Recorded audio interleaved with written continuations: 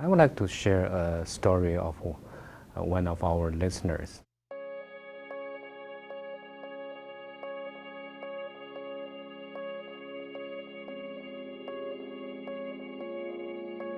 The first time we received her email, she called herself as a lonely little bird. She got enough reason to call herself as that because she has a cerebral palsy. It's very difficult for her to control her body. She was in great depression.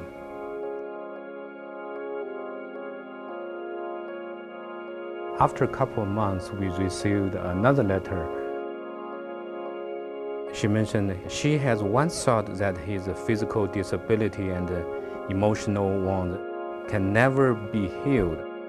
However, from the day she accepted Jesus Christ through your program, everything changed. So she's renamed herself as a sunshine girl.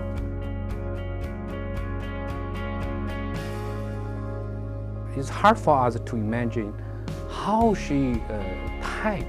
She sent us some pictures, and we realized she using her nose and chin to type.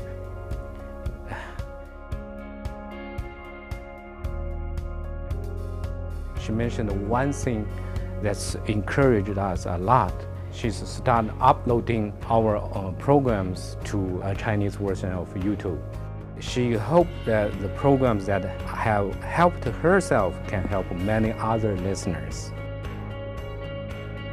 At that moment, we not doing video only, but also through our website, Chinese YouTube, Chinese Twitter, Chinese Blogspot. And the reason why I would like to share this testimony of the lonely little bird is we are no longer just broadcast here and someone listens there. We planned a trip to visit the little lonely bird and also work together with a local Christian hospital to help her do some physical therapy.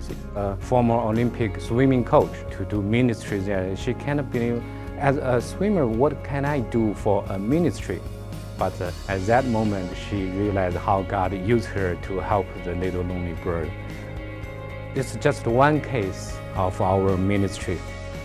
We also visit orphanage, people with the leprosy, blind people.